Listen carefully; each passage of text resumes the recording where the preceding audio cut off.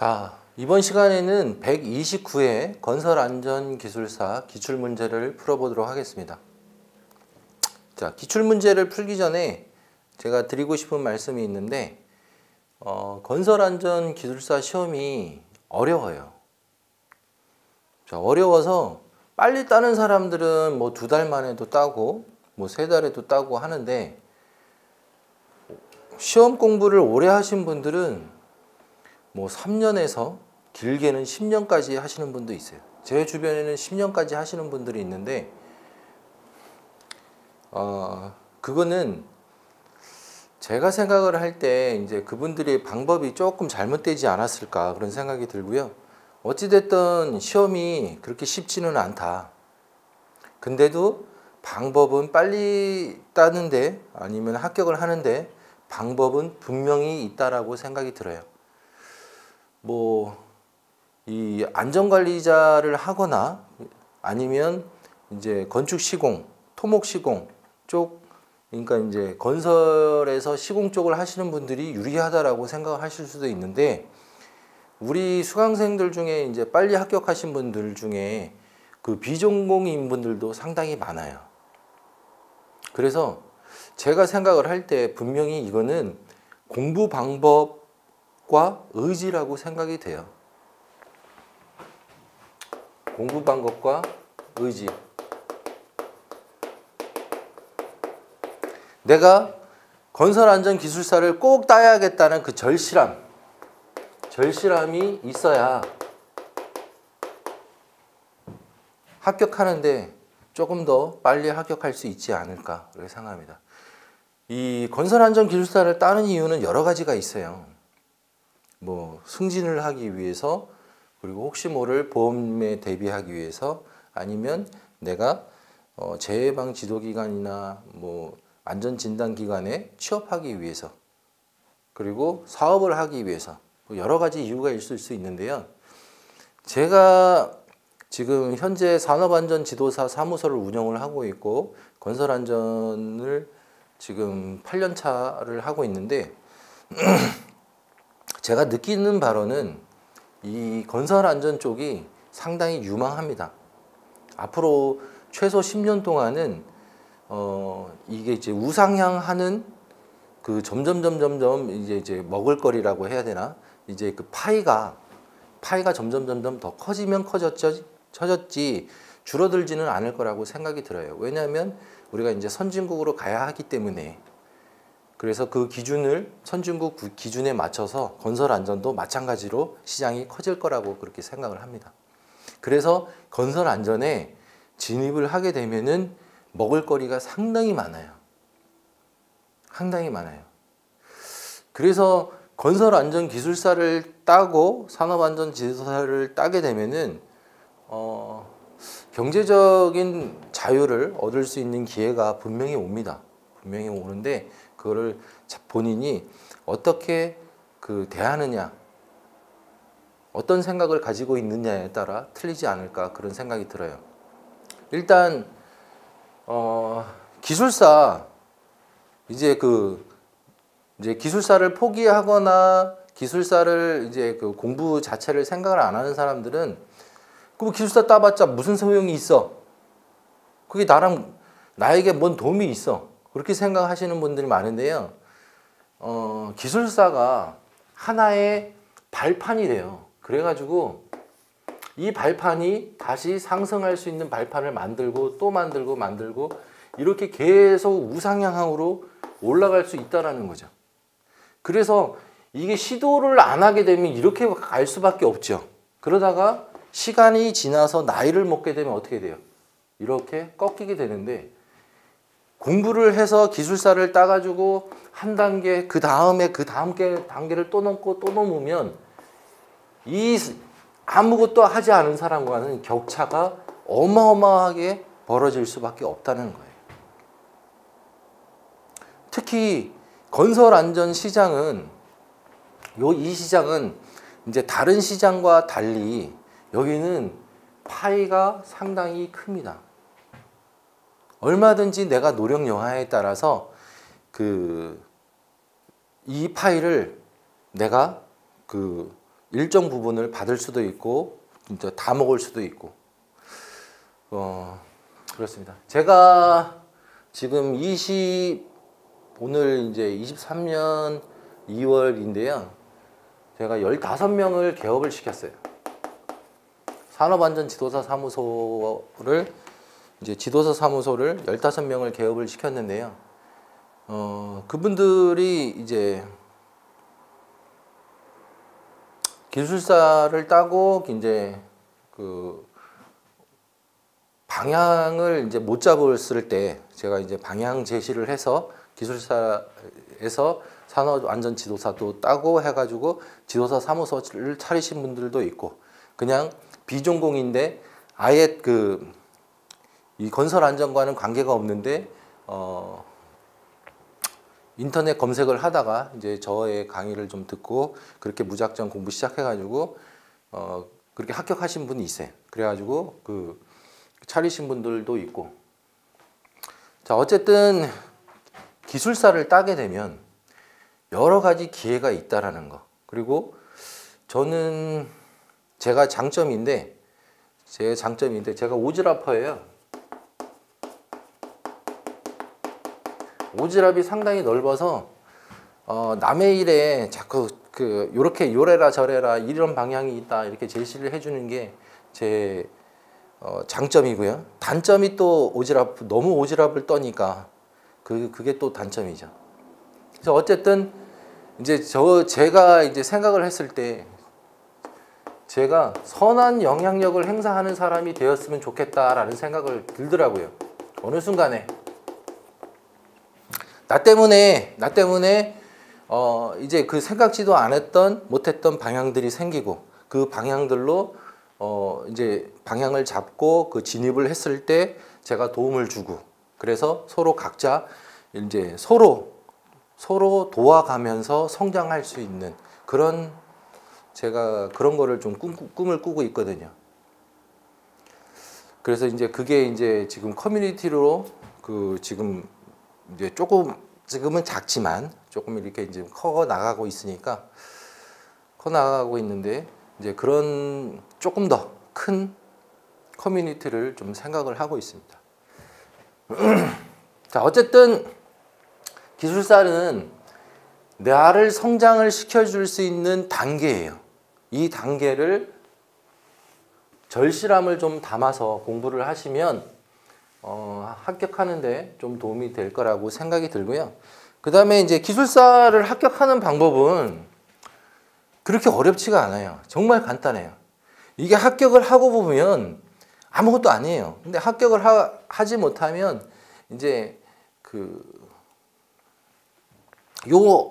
합격을 하지 못하면 뭐 이런 생각도 들고 저런 생각도 드는데 이게 이제 등산을 하게 될 때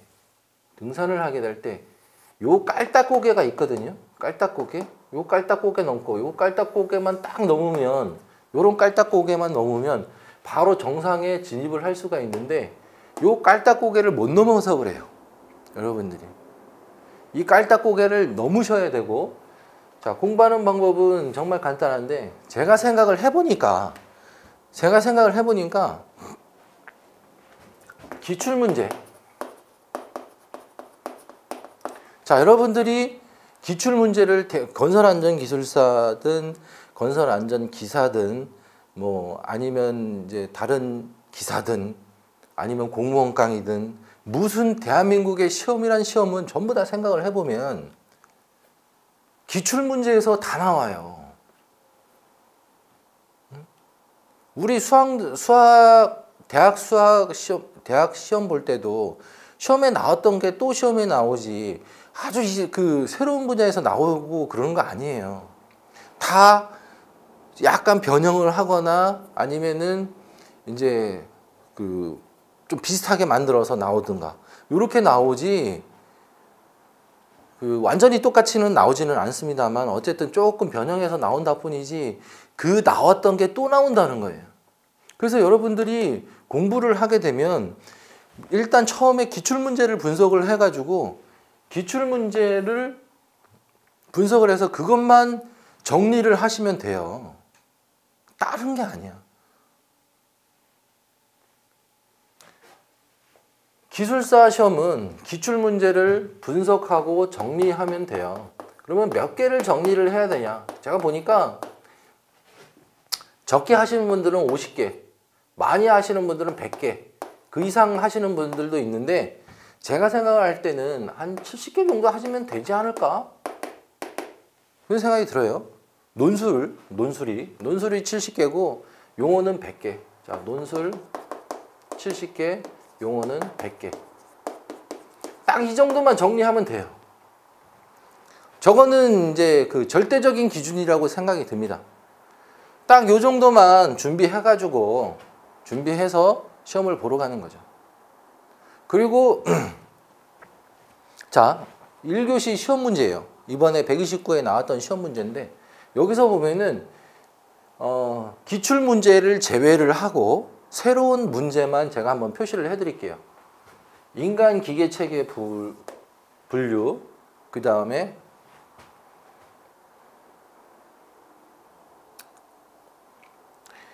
연습 곡선, 그 다음에 근로자 참여제도. 자, 요거는 뭐 산안법에 있는 건데 처음 나왔어요, 처음.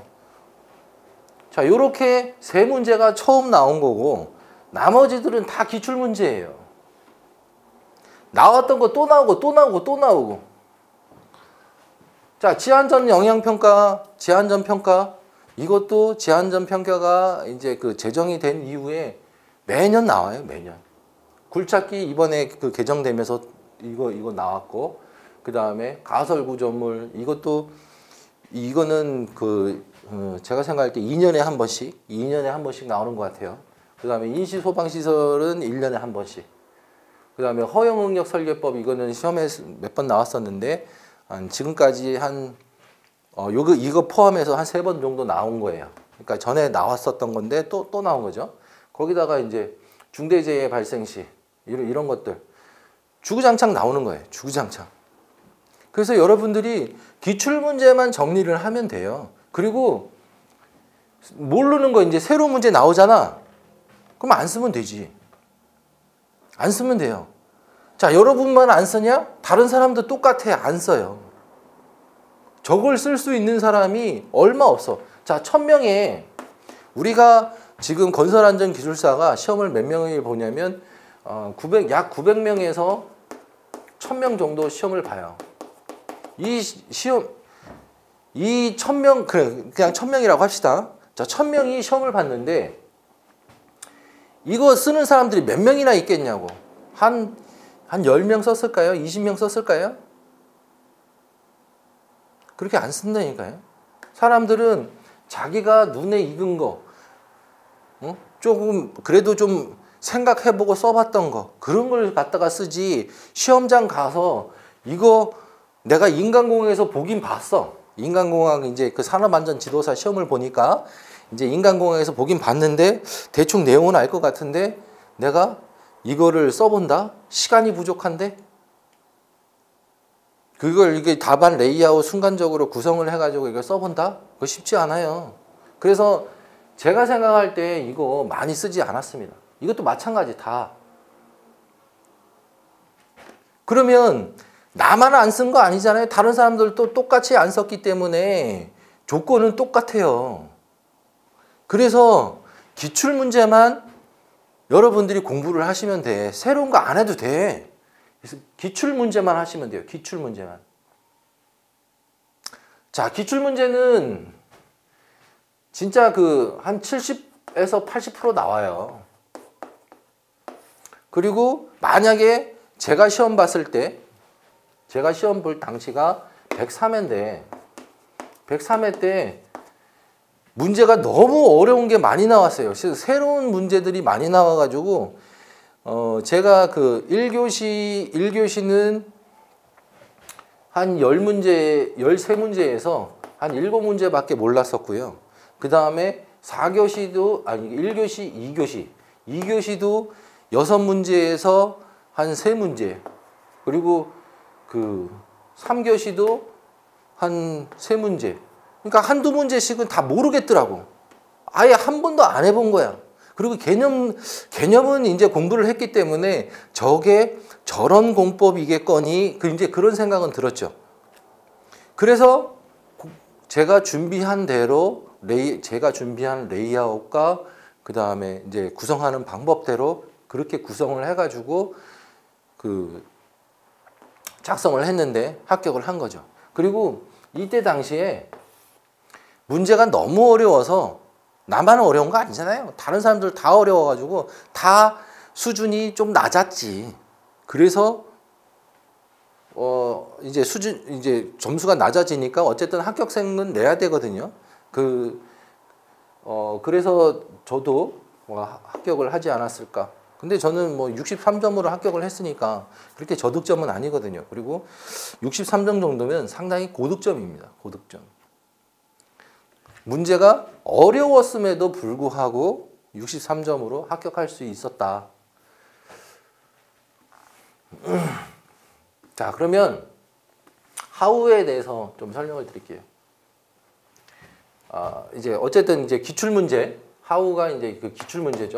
일단 기출 문제를 다시 한번 정리하면 1번 기출 문제를 논술 70개, 용어 100개만 준비를 하면 됩니다. 요거 100개만. 자, 그리고 이것만 준비를 하면 되냐? 아니에요. 이것만 준비를 하는 게 아니라 이 범위가 기술사는 범위가 산안법부터 건진법, 실득법, 산업안전에 관한 이론에서 이제 가설부터 항만까지 기술론이 나와요.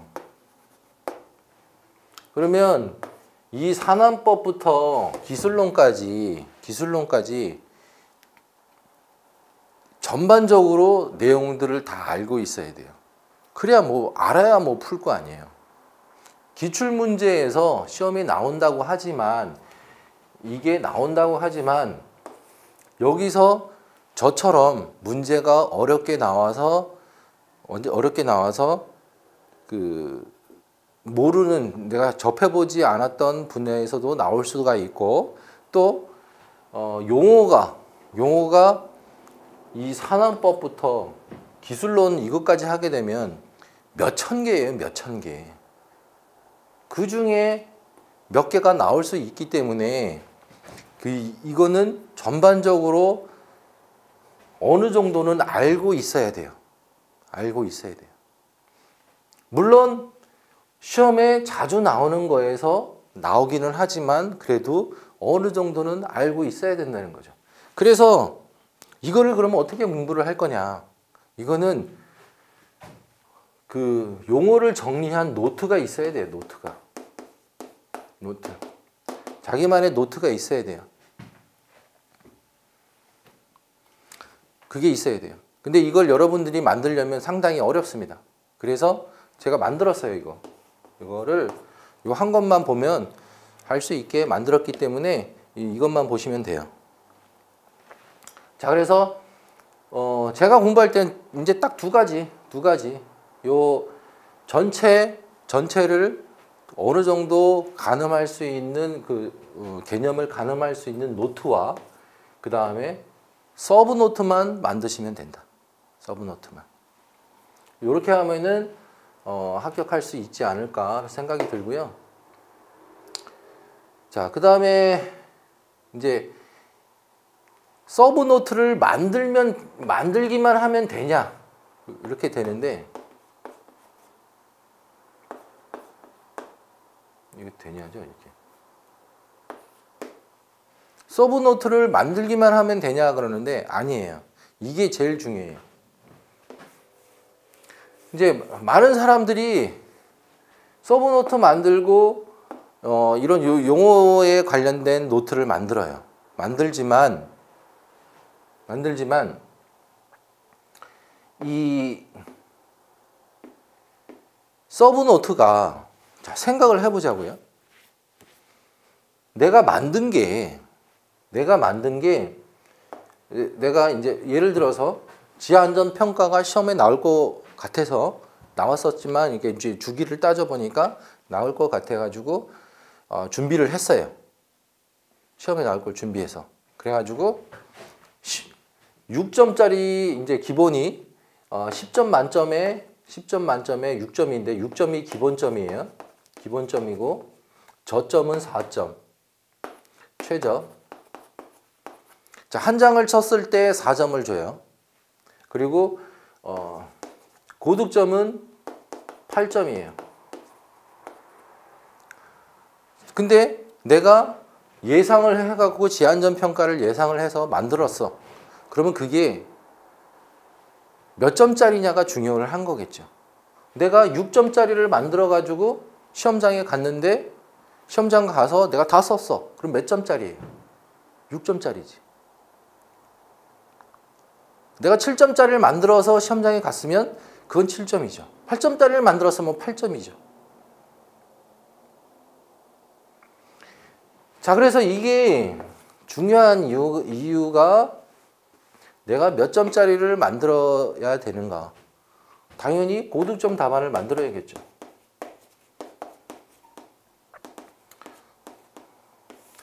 많은 사람들이 시험을 오래 보는 이유가 있어요. 왜 그 시험을 오래 보냐면, 자, 시험을 내가 서브노트를 내가 여기서처럼 70개를 만들었어. 시험을 보러 가. 떨어졌어. 그러면은 그 다음에 시험 내가 준비를 했는데 그게 조금 모자랐나? 그래가지고 한 20개를 더 준비를 해요. 그러면 이제 여기다가 20개를 추가를 해. 그럼 90개를 가지고 또 시험을 보러 가. 문제는 다 알아. 다 썼어. 근데 또 떨어져. 그래서 그 다음에 또 20개 또 준비해. 그래가지고 서브노트만 몇 박스가 돼요. 몇 박스가 돼. 근데 이걸 다 6점짜리를 그냥 6점짜리, 논술 15점짜리를 다 만들어가지고 그것만 계속 달달달달 외우고 시험장에 가. 그러니까 매번 6점짜리, 15점짜리 그 이하로 맞거나 그래서 또 계속 떨어지죠. 마찬가지로 한 번만 8점짜리 만들어 보고 그리고 한 번만 만들 줄 알면요. 다음 것도 저절로 돼요. 저절로. 그래서 이 고득점 답안 만드는 거를 좀 연습을 해야 되는데 이 과정을 생략을 하고 시험을 보러 가기 때문에 그래서 시험을 오래 보게 되는 거예요. 우리 그 비전공자임에도 불구하고 2달 만에 합격하신 분이 있는데 그분은 저한테 이 답안을 고득점 답안으로 받을 수 있는 방법을 배웠기 때문에 이제 다른 문제들도 다 그렇게 적용을 해가지고 합격을 할 수 있었던 거죠. 자, 여기까지 이제 그 why와 how에 대해서 좀 설명을 드렸고요. 좀 길어졌는데 문제를 풀어보면서 다시 얘기를 해볼게요. 자, 일단 이 13문제 중에 처음 나온 문제는 3문제고요. 3문제 중에 3문제고 이 2문제는 잘 모르기 때문에 안 쓰면 돼요. 안 쓰면 되고 그다음에 이 근로자 참여제도 같은 경우는 법이 개정이 되면서 새로 나온 거예요. 법이 개정이 되면서 그래서 이거 같은 경우는 쓰실 수 있다라고 생각이 들어요. 나머지들은 이제 뭐 골라서 쓰시면 되는데 이제 이런 문제는 준비를 안 하면 쓸 수가 없어요. 허용응력 설계법과 극한강도 설계법. 자, 요거는 이제 비교를 했던 거를 본인이 이제 그 주기를 분석을 해서 나올 수 있을 것 같다라고 생각해서 준비를 하신 분들은 쓰시면 되지만 준비를 안 했던 사람들은 쓸 수가 없어요. 그래서 저것도 과감히 포기하면 된다. 그러면 나머지 이제 3문제 포기했다고 치고 이거 그다음에 요거 13번 포기했다고 치고 나머지 10문제를 푸시면 됩니다. 자, 그렇게 푸시면 돼요. 자, 일단 1번부터 한번 보도록 하겠습니다. 자, 1번부터 보는데 그 1번 이제 지하안전 평가의 종류를 쓰고 평가 항목을 쓰고 평가 항목과 평가 방법 그리고 승인 기관장의 재협의 요청 대상이 있어요. 자, 일단 문제에서 요구하는 거는 줄을 치셔야 돼요. 딱 시험지를 받자마자 내가 이제 1번부터 작성을 할 거다 그렇게 생각을 하게 되면 이제 문제지에다가 이렇게 줄을 딱 쳐야 됩니다. 줄을 딱 치고 한 개. 그 다음에 평가 항목과 평가 방법은 이제 같이 쓸 수가 있기 때문에 요건 2개. 그 다음에 3개. 자, 문제에서 요구하는 게 3개예요. 3개. 자, 그러면 문제에서 요구하는 거를 순서대로 탁탁탁탁 놓으면 되죠. 그래서 1번 개요. 2번 종류. 3번 평가 항목과 평가 방법. 4번 승인 기관장의 재협의 요청 대상.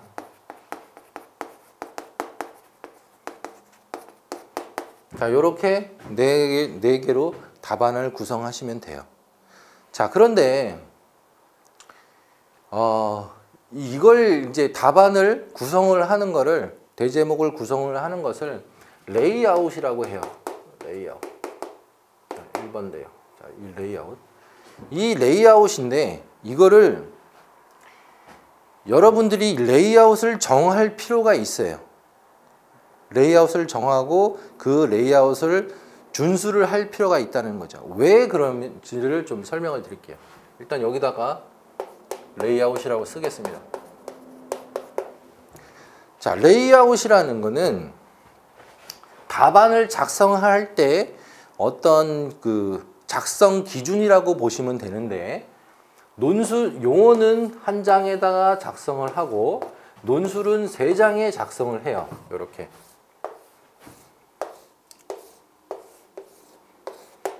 자, 그런데 요거 용어를 한 장 말고 나는 좀 아는 게 있어서 한 장 반을 쓰겠어. 아니면 요건 좀 내가 너무 잘하는 문제이기 때문에 내가 2장을 쓰겠어. 이렇게 쓰시는 분들이 있어요. 그래가지고 1번 문제를 이제 많이 하니까 2장 쓰고 그 다음에 2번 문제는 조금밖에 몰라. 그래갖고 반장 쓰고 그 다음에 뭐 또 4분의 3 쓰고 그 다음에 또 이게 또 아는 문제가 또 나왔네? 많이 하네? 그래서 이거는 이제 뭐 한 장 반을 쓰고 이런 식으로 이제 자기 마음대로 쓰는 거죠. 그렇게 되게 되면 아는 문제는 많이 쓸 수 있지만 모르는 문제는 잘 모르는 문제는 적게 쓸 수밖에 없는 거예요. 그러잖아요. 알든 모르든 일정한 분량이 나와야 되는데 그 분량을 못 내는 거죠. 그리고 시험장에 이제 채점관들이 채점을 할 때 약간 좀 적게 쓰면은 내공이 부족하다라고 생각이 든대요. 내공이 부족하구나. 이 사람은 내공이 부족하구나. 왜? 다른 사람들이 다 한 장, 3장에 이렇게 작성을 하는데 이 사람은 2장을 작성했네? 내공이 조금 부족하거나 아니면 시간이 부족했나 보다. 그렇게 생각이 드는 거죠. 그래서 일정한 분량이 나와줘야 돼요. 일정한 분량이.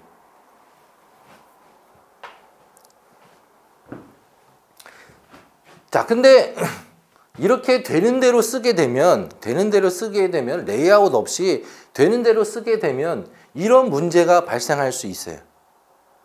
이런 문제. 아는 문제는 많이 쓰고 모르는 문제는 적게 쓰는 문제가 발생할 수 있다는 거죠. 그래서 레이아웃이 필요한 거예요. 레이아웃이. 한 장에다가 내 아는 문제가 많더라도 중요한 것만 딱딱딱딱 배치하는 습관. 그리고 논술도 많이 알지만 세 장에다가 딱딱딱 쓰는 연습. 그렇게 되면 모르는 문제도 한 장과 세 장에 딱 채워 넣을 수 있습니다. 왜? 채워 넣는 연습을 계속 하기 때문에 모르는 문제도 다 채워 넣을 수 있다니까요. 제가 103회 때 모르는 문제를 한 번도 안 풀어봤지만 채워 넣은 것처럼 똑같이 다 채워 넣을 수 있어요. 그렇게 하셔야 되는 거예요. 자, 그래서 이 레이아웃은 굉장히 중요하고, 이제 논술 같은 경우는 레이아웃 잡는 방법이 이제 이거 용어 같은 경우는 대제목이 1, 2, 3, 4, 5 5개가 될 수도 있고 4개가 될 수도 있고 3개가 될 수 있어요. 문제에 따라 틀려요. 그래서 보통은 용어는 한 장에 1번부터 그 대제목이 3개나 많게는 5개 정도 나올 수 있다라고 그렇게 정하시면 되고요. 그 다음에 논술 같은 경우는 1, 2, 3, 4, 5, 6, 7 이렇게 나오시면 돼요. 1, 2, 3. 아니면 1, 2, 3, 4, 5, 6, 7, 8 이렇게 하셔도 상관은 없어요. 근데 제가 생각을 할 때는 1, 2, 3, 4, 5, 6, 7 이렇게 나오는 게 좋다. 자, 요게 레이아웃이에요. 자, 일단 레이아웃을 좀 설명을 드렸고, 그 다음에 두 번째는요, 흐름이에요, 흐름.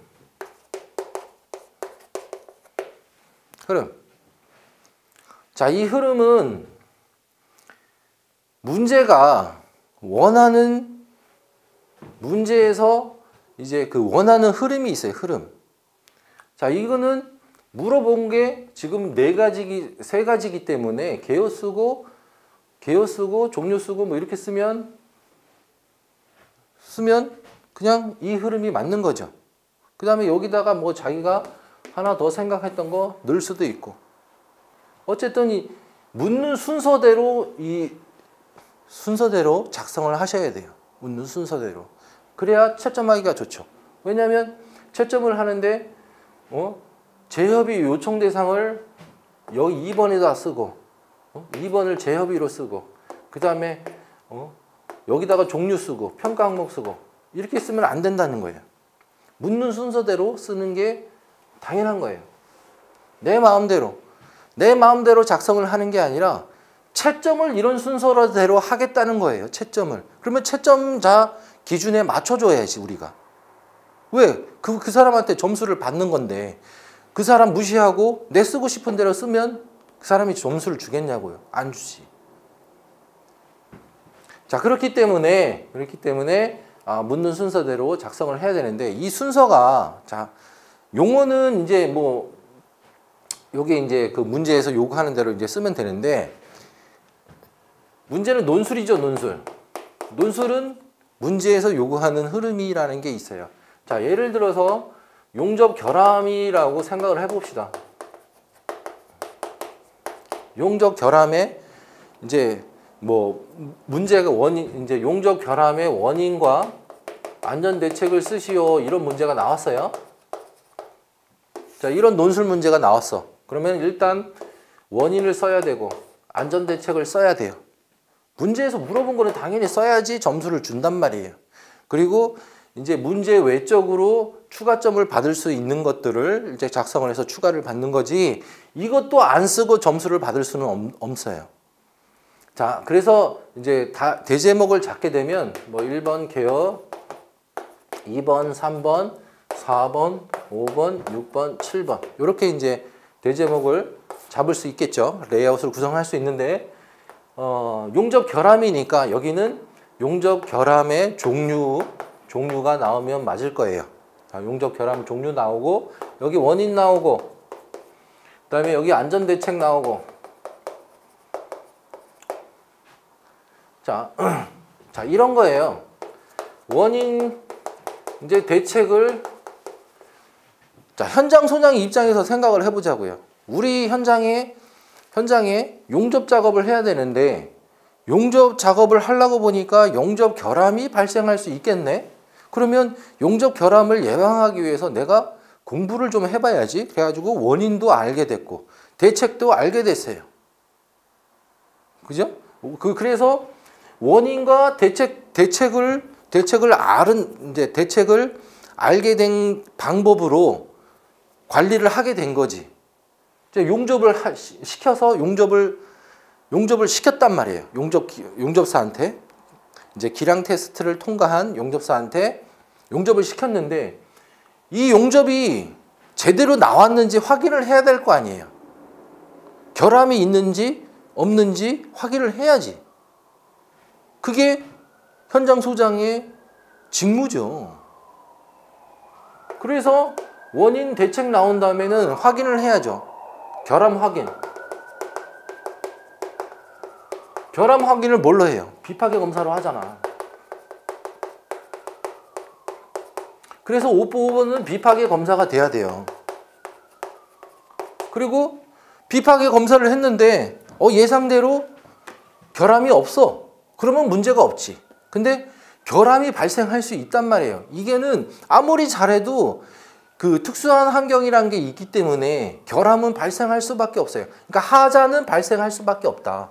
그러면 그 하자가 발생했을 때 그걸 어떻게 처리할 거냐. 자, 여기 결함 하자에 대한 보수 대책이 있어야지. 이런 흐름으로 이렇게 작성을 해야 되는 거예요. 근데 이제 작성하다가 보면은 이 답안을 작성하다 보면 이제 그 용접에 대한 이제 여러분들이 공부를 하게 된단 말이에요. 그러면 아이템들이 이런 것들이 막 생겨. 근데 이거를 비파괴 검사를 여기다가 막 배치하고 결함 하자를 여기다가 배치하고 이러면은 순서가 안 맞잖아. 그죠? 순서가 안 맞잖아요. 이런 순서를 흐름에 맞게끔 배치를 해줘야 된다는 거예요. 이게 중요한 거예요.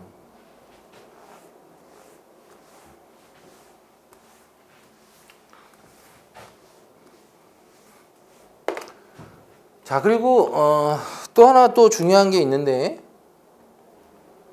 세 번째는요. 이 합격을 하려고 그러면은 의견이 있어야 돼. 나만에 대한 의견이 있어야 돼. 의견이. 근데 이 의견은 이제 제가 수업에 자세하게 설명을 해 놓을 거니까 그거를 이제 수강을 하시면 그걸 보시면 뭐 이해가 쉽게 되실 거예요. 근데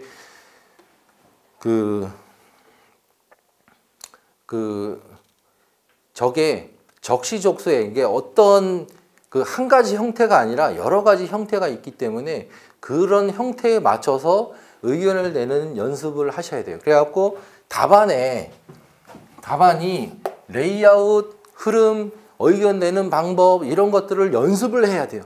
연습을 해서 내 답안이 이제 피드백을 받아야 되는 거죠. 누군가. 자, 여러분들이 그 실패하는 이유 중에 하나가 피드백을 안 받기 때문에 그래요.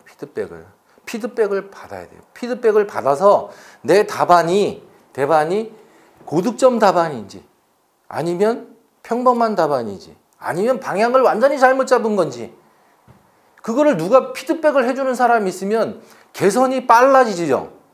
왜? 내가 여기서 이렇게 잘못됐으니까 다음에는 이렇게 쓰지 말고 가르쳐 준 대로 이렇게 써야겠구나. 그래가지고 또 검사를 받죠. 검사를 받아서 이게 이거 내가 작성한 게 맞았구나.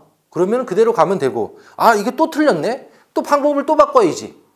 그렇게 해서 바꿔야 되는데 많은 사람들이 피드백을 안 받으니까 어떻게 돼요?